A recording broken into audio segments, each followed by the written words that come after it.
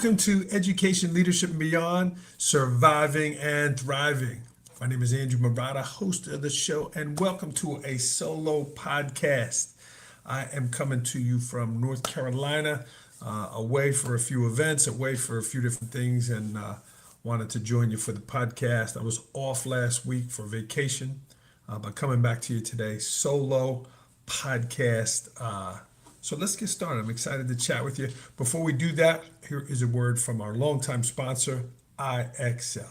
Thank you to IXL for sponsoring today's podcast. IXL is the most widely used online learning and teaching platform K through 12. Over 1 million teachers use IXL in their classrooms every day.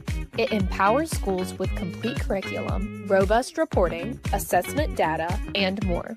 It saves teachers a lot of valuable time with ready-made plans aligned to the standards of the textbooks. Everything is all integrated into one platform, so you can simplify your EdTech tools. Visit IXL.com to lead students towards data-driven excellence today. The link is in the show notes. And again, thank you to IXL for sponsoring today's podcast.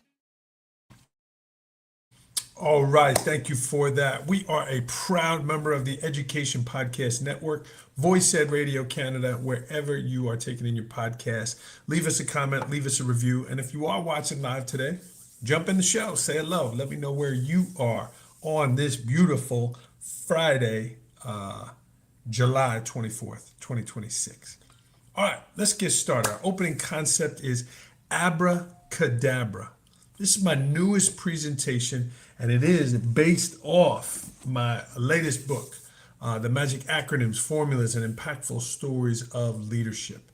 I have 14, that's right, 14 word sets going all the way down to one word in our minds, in our hearts, based off abracadabra. And abracadabra means with my words, I create. And with these different 14 different word sets, things that you can achieve in your life, things that you want to explore deeper in your life, and things that you want to be around and have happen, it's a way to make it happen. It's very interactive, it's very personal for you. But like all my presentations, it will be a lot of fun. So a shout out for that. Abracadabra, one of my newest presentations I'm excited to launch. Okay, topic number one. The World Cup is just about a week past us. And man, what a great event. What a great global event. It was fantastic. My family and I thoroughly enjoyed the games, the spirit. Even when the USA got knocked out, we loved it. It was fantastic. And my three takeaways from the World Cup are as the follows. Number one, are you a palms up person or a palms down person? We saw a lot of this in the World Cup, right? Complaining or making excuses. Why? We saw a lot of this. And then we saw a lot of this, right? Usually it was the refs. A lot of times it was a leader on the team, maybe the coach, right? Calming, saying it's going to be all right, despite all the chaos, despite all the craziness around us. Calm. So I ask you, I challenge you, and I ask you to think about, reflect about, are you a palms up person, a palms down person? That's point number one. Number two, small offenses add up, right? A bump here, a push there. Those things add up, and eventually maybe they become a yellow card, right? That first strong warning from a referee, the yellow card. There was one specific play in the game. I don't remember which game, which team, which person, but he got frustrated. He waves off the ref, and you're not allowed to do that. Bam! He gave an automatic yellow card. People didn't think anything of it.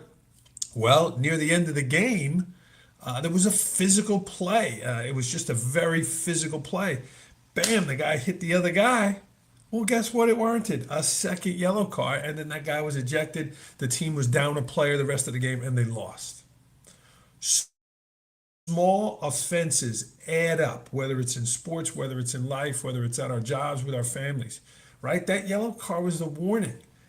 Back it up. Stop those small offenses because they add up. And certainly we saw that on the global stage there. But remember that whether you receive a warning or you get a small penalty, They add up. So if you don't change the behavior, it's going to become a greater penalty, which in the game certainly was the red card. And number three, just be part of something greater than yourself. To watch all the different countries and the things they did and their slogans and Norway with the rowing and just the Argentinians with the singing and the dancing. It was just great, right? Be part of something greater than yourself. Carry the banner for literally your country, your organization, your family. I just loved the spirit of the people. It was fantastic, and it was great. So, three takeaways for me from the World Cup. That is topic number one. Do like David Letterman and toss it out of here. Number two, I'm down here for a speaking event. I'm in the state of North Carolina, but I'm also down here. My daughter's at a soccer event. My youngest daughter, Tessa Marotta, give a shout out to Tess. She's at a soccer event. I'll leave the name of the school out of it. But we just listened to the coach there. Hello, Karen Juarez from Veribest, Texas. Hope you're doing well, my friend. Good to have you. Thanks for joining the podcast. Thanks for your support, Karen. But there was just a session with the coach. And the coach was talking about recruiting, and the coach was talking about the players he's looking for, right? And as a soccer dad, a lot of soccer parents out there, regardless of the sport, we think is my kid good enough, right? Is my kid good enough? And the coach said, if they're good enough, they're going to get there, but they're not looking for talent. They're going to find the talent. They are looking for good kids, high standards of character, kids that show up in time, kids that have a great work ethic, kids that have a great attitude. Those are the things I wrote down, and I was thrilled, to see those things in my daughter. Sure, I'm a proud dad, but then the talent. Can the talent come along with that? And that has to be part of it. But that's not the first things they're looking for. Again, those coaches don't want any headaches. Are they a good person? Do they have a good work ethic? Do they have a good attitude? Right? They can tell if they're going to be a good enough player or not. And when then they speak to the coach, when they speak to the high school coaches, they ask them, are they a good kid? And how are the parents? Right? Those are the questions we're asking. So if the parent is hooting and hollering at the games and all that kind of stuff, that's going to cause problems for the kids. So I was happy to hear the coach talk about that, and certainly it reinforced the goodness of sports, reinforces what is really important in life. Because think about in our jobs and in our work, right? Yeah, there's a lot of talented people, but we want to be the people that people want to work with, right? We want to be that person that people want to talk to and engage with and be competent at our jobs there. So I was happy to hear that from my daughter's soccer coach. That is topic number two. Number three, and again, if you're watching live, jump in the show and say hello. I was off last week. I got to spend some time, family vacation. We were really busy last summer, and we just did not book it. We had a couple weekends here. We had a couple getaways there, maybe a night or two, but we did not have a block of 4, 5, 6 nights away as a family vacation. And my wife and I, bam, we said, absolutely, let's book it. So we did. So we started with a trip to Minnesota. Saw my brother, had a speaking engagement on the way, worked out, and then spent some time in Minnesota. And then we stopped at a lake in Wisconsin, the beautiful people and scenery of Wisconsin. And it was fabulous. We had a great time. So three takeaways, three things I wanted to share on the podcast here after spending 5, 6 days on our family vacation. And number one is, right, who's most important in your life? And for many of us, it is our families, as it should be, right? So blocking out that time and spending that vacation time with family. And again, right, I know it's a financial burden. What can you sacrifice? What can you save during the year to make it happen? And even if it's not an extravagant experience, it's the time.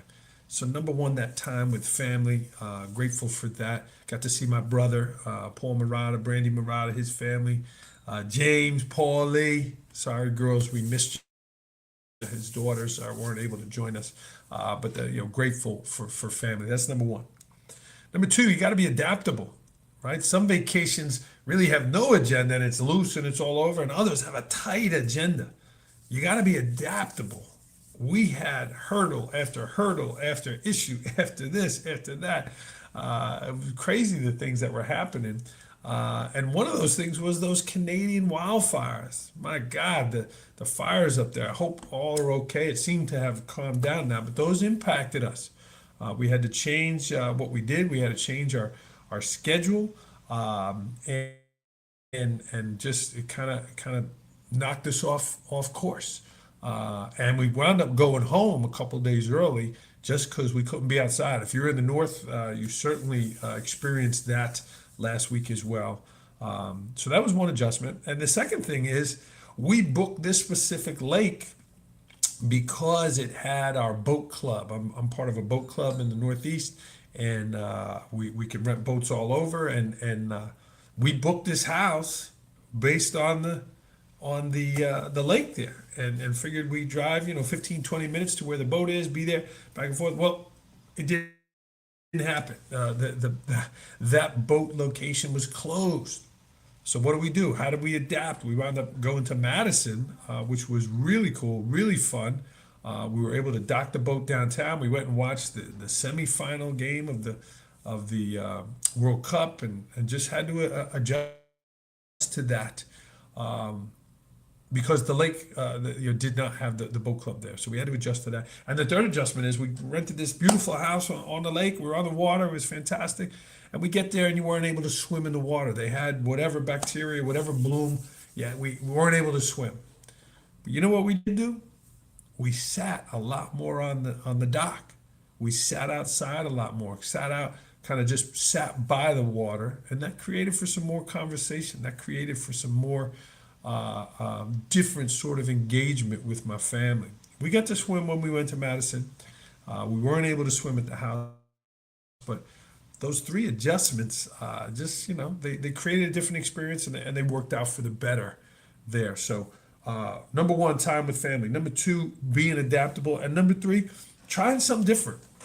Right? When we're on vacation, we're out of our daily routines. Are we staying up later, eating more food and doing all those things? Yeah, a lot of times we do that. But going somewhere different, trying a new type of food, reading that book that maybe is a little different for us, whatever it is, when we get to try something different on vacation, it adds to our experience. And hopefully most times it work out for you. But if you don't like it, you could always change it. But I would encourage you to try that different thing. Maybe it's a different activity. You're going to try wakeboarding. You're going to try, scuba diving. Whatever those things are on vacation, you're in a different place. You're out of your routine. So what's that thing that you've always been curious about? Skydiving or creating art, things like that you can try there. I would encourage you to do those things. My three takeaways from the family vacation. It was a great time for us. Let's take a quick commercial here. If you know me, you do know I am a speaker. I enjoy speaking. I got a lot of speaking engagements this summer, and here is just a word about Are you that. looking for a speaker for your next event? What is it? Opening day of school? A summer leadership event? Professional development for next year? A business meeting? Andrew Marotta is ready to be your speaker. For the past 7 years, Andrew has been speaking to schools, businesses, and civic organizations, bringing energy, enthusiasm, and real connection to every audience. Connect with Andrew to learn more. He would be honored and excited to support your team with spirit, motivation, and inspiration you're looking for. All right, thank you for that. Certainly reach out if you are interested via the website, via email, DM. Any of those certainly will work. All right, our last topic here on a solo podcast, education, leadership, and beyond. If you're watching the show live, jump in, leave a comment, say hello, let me know where you're watching from.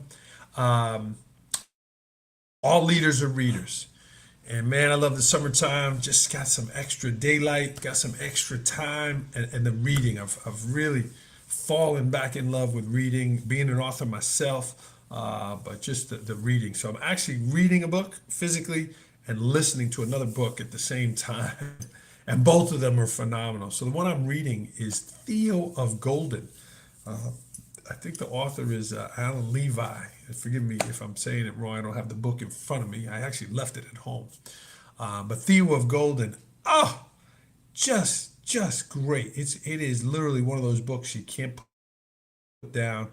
I'm really enjoying it. I'm not at the end yet, so hard to give it a final review, but I will on another episode of All Leaders Are Readers. But man, I'm really enjoying Theo of Golden, thinking about how we can impact other people. This gentleman Theo is doing all these random acts of kindness, things for other people. It's really a unique story, very well done there. So reading that book, and the book I'm listening to, Mitch Albom, another hit. God, I've read a lot of Mitch's books this spring and summer. Twice. I went back and listened to Tuesdays with Maury, One More Day, The Stranger in the Lifeboat, or The Stranger in the Life Raft. Fantastic books. Well, right now I am listening to The Magic Strings of Frankie Presto. Really well done, Mitch. Excellent book. And the voices, he's got all these different voices in there of people. He does some himself on Audible, but he's got all these other people in there reading as well. But it's a great story about music. It's a great story about art. It's a great story about loyalty. It's a great story about chasing your dreams. So if you're somebody who's connected to music, whether you're a creator yourself, a singer, The Magic Strings of Frankie Presto, Mitch Albom, very good book. I've also not finished that book, so I'm excited about getting to the end of that, and I'll revisit that with you once again. So two books I'm reading right now, really enjoying both of them. Theo of Golden and The Magic Strings of Frankie Presto by Mitch Albom. All right, friends, thank you for tuning in. Happy summer. It's July, one more week of July, and then we got August. So enjoy the time, enjoy the good weather. And one more word from me just about coaching, leadership coaching.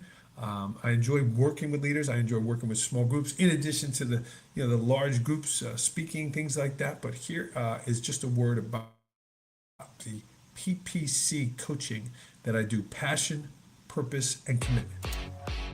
Are you looking for high performance leadership coaching? Well, Andrew Marotta is your coach. Passion, purpose, and commitment. What are you passionate about? What are you trying to accomplish? And what will you be committed to along the journey with Andrew to get those results that you are looking for?